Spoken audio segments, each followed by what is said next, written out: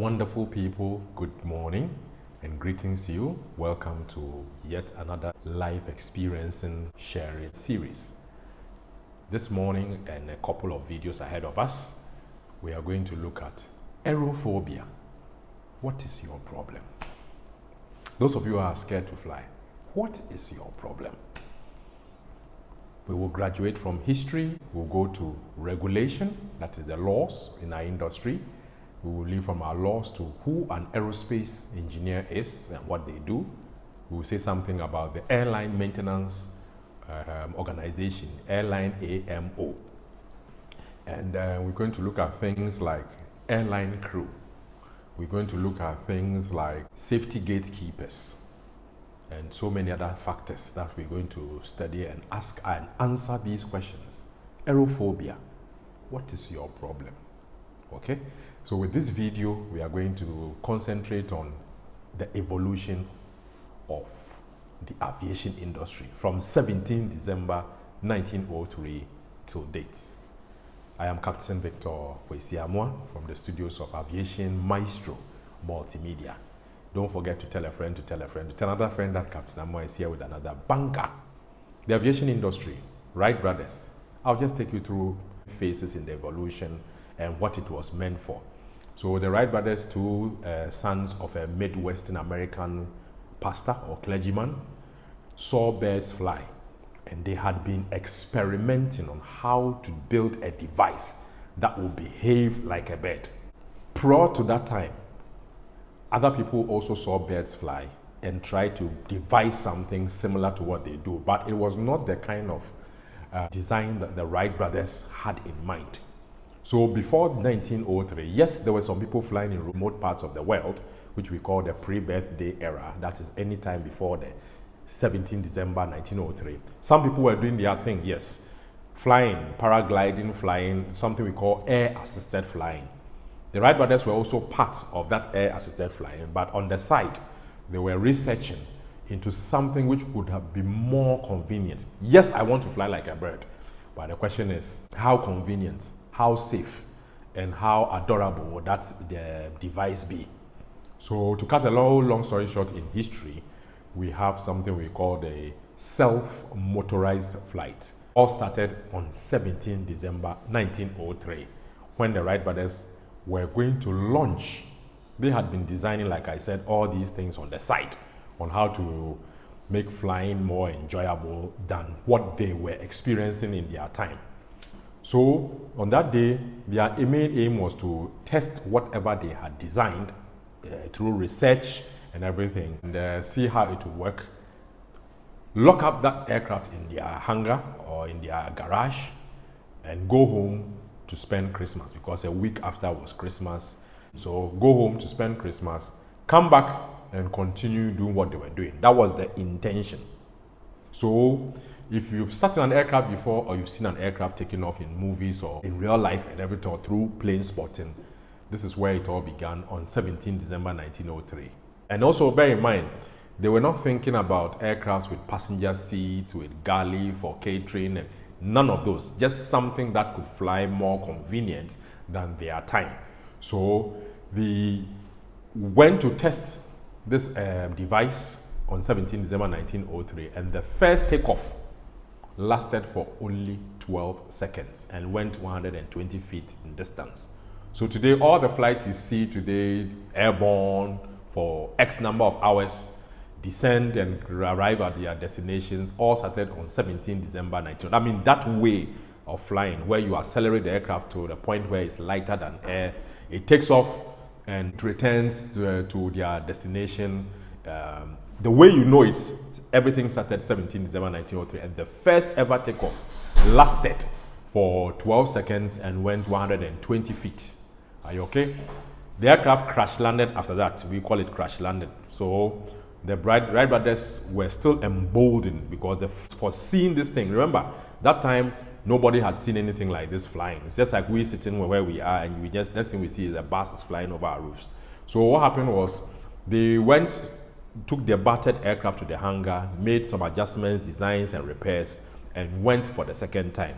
Now, the second try, all we can say from history is that the aircraft flew further, higher than the first experiment.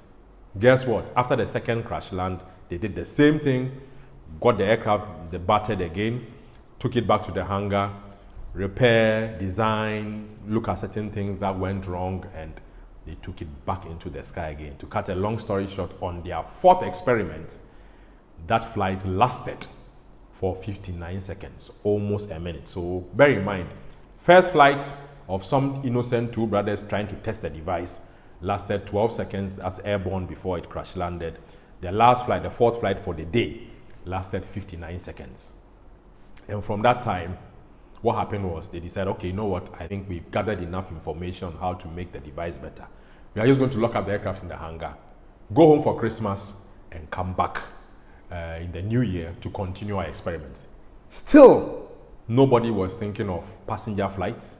No one was thinking of cargo flights. No one was thinking about military flights, nothing. Just two brothers looking at how birds fly, and they're thinking of doing something in a more convenient way. Then, in 1904, people had heard, because what the brothers did in 17 December 1903 went viral in terms of news and everything. So people had heard what the Wright brothers had done, and they decided, no, I think we can outcompete him. We are going to use the same self-motorized flight, but our device is going to fly longer than 59 seconds. We are going to climb higher than the one that their previous experiments flew, and we are going to fly faster. So from January 1904 to the rough time about 1914, before the First World War, we had what you call the Aero Daredevils era. Even the Wright brothers themselves were trying to compete their previous feat, because no one was satisfied with flying for 59 seconds, even they themselves who invented the whole thing. So that era of 1904 to 1914 saw so many people come on board to devise. Some were engineers with hobbies of racing, car racing and other sports, and they all decided to devise something better than what the Wright brothers did. And it led to so many feats which have been recorded in aviation history. For those of you who love history like the way I love it, I have videos called A Date with the Aero archives.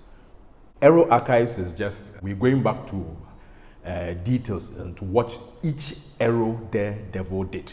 Between 1904 and 1914 was the decade of Aero Daredevils. Whilst they were doing things like this, the daredeviling period, soldiers began to look at this whole thing and say, I think we need things like this for reconnaissance in our army, to assist in our reconnaissance. So by and by, the interest, came. The interest was just sweeping up.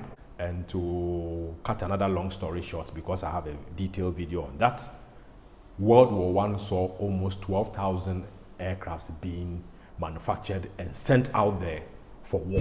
Then we come to the post-World War I era. That's from 1919 to the 20s and the 1930s, etc.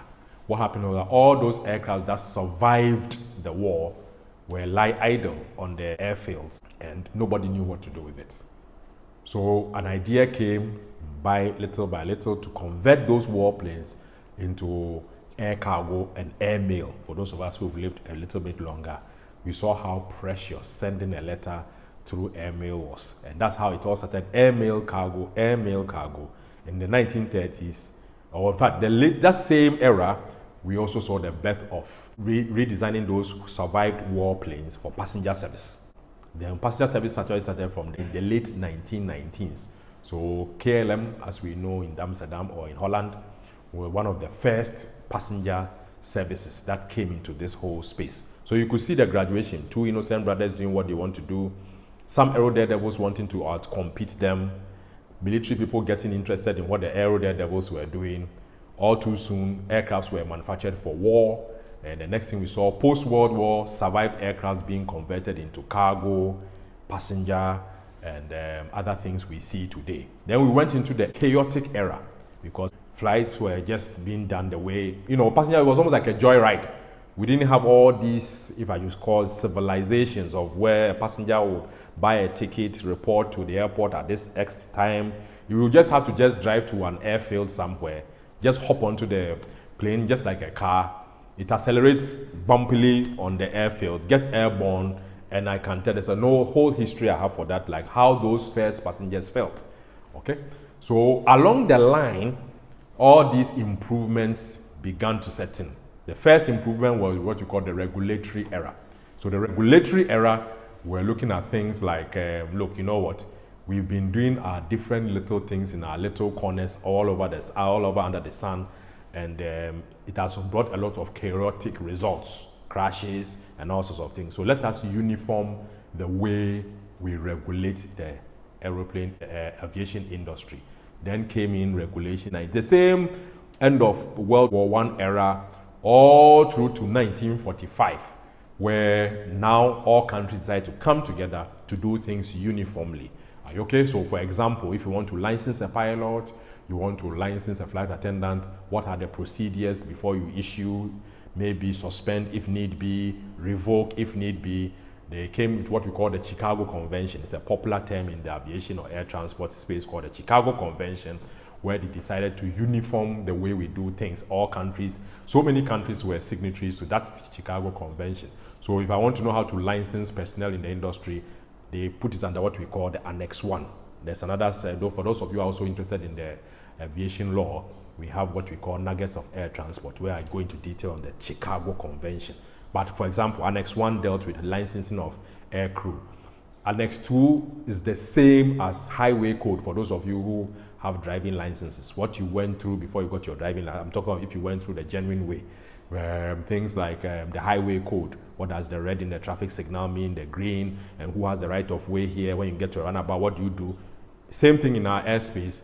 Everything got to do with flying, right of way rules and separation. Annex 2, what the air traffic controllers use to separate us. Then they came up with about 14 annexes in the meantime. Then as the aviation improved, today as we speak, we are almost getting to 20 annexes. So there came the era of regulation. Things were now done in a better way, and every time they kept going for conventions to improve and update things. Then after the regulation came more innovations. So aircrafts were now better designed through digitization sometimes, or improved analog designs, and there are so many things to make flying easier. How to navigate to the runway, navigation systems, a better design of the aircraft, the cockpits. So as you see on your screen right now, you will see that the Wright brothers had an aircraft from 1903 which had no instrumentation, nothing. You know, they didn't even have a seat even to sit and fly the aircraft. They had to lie down. You see it on your screen. And you look at the comparison between that time and today, where we have what we call the glass cockpits. We say it in quotes, the glass cockpits era. So it all started from the 1930s, where so many things in aviation got to see improvements. The 1940s, still in the improvements in technology, aircraft design, regulations. In 1950s, we saw passenger service, you know, still growing higher, higher, higher. Then we saw hijacks, because any good thing that is evolving has the other side. And then we saw hijack era. Then we saw more inventions, innovations in the 1970s, all the way to today. Aircraft, just like cars, we've had the old version, the modern version, we can do more things, more sophistications and everything. Today, to cut a long story short, we are in what we call I call it the SAQUAL. SAQUAL is Safety and Quality Management era. So we are always assessing the risk of the services we provide each day to our cherished customers and designing ways to mitigate. In the SAQUAL industry, you cannot bring risk to zero. And you can also not take quality to 100%. You can say it on paper, but you cannot really do it in actualization because we live in a complex world. But still, this is the era since, if I should say, the late 1990s till now, we are always assessing the risk of providing these services to our customers from A to B, and always coming up with methods, programs, procedures, and policies on how to mitigate that risk. So we are in that era, the safety and quality. Quality is just always overseeing what other departments are doing to meet a certain compliance level. This whole thing I just gave you in this aviation industry just to tell you how aviation has evolved from 17 December 1903 to date. Yes, we've also had our fair share of everything you can think of. Scary moments, dangerous moments, happy moments, and everything. We've had this, just like any other industry, we've had our fair share of everything. But what I'm trying to say is that we are now in the era where we've seen so much of it, 118 years down the line, we've seen so much of it, okay? And we want to continually improve what we do. And that is what has made flying one of the safest devices in aviation, if not the safest. So I have just given you, if I say, a timeline in this industry, 118 years. Maybe that may assure you. If this will not assure you, catch me on my next video where I'm going to tell you other things that still exist to make your flying safe. I've enjoyed you so far, and see me on my next video.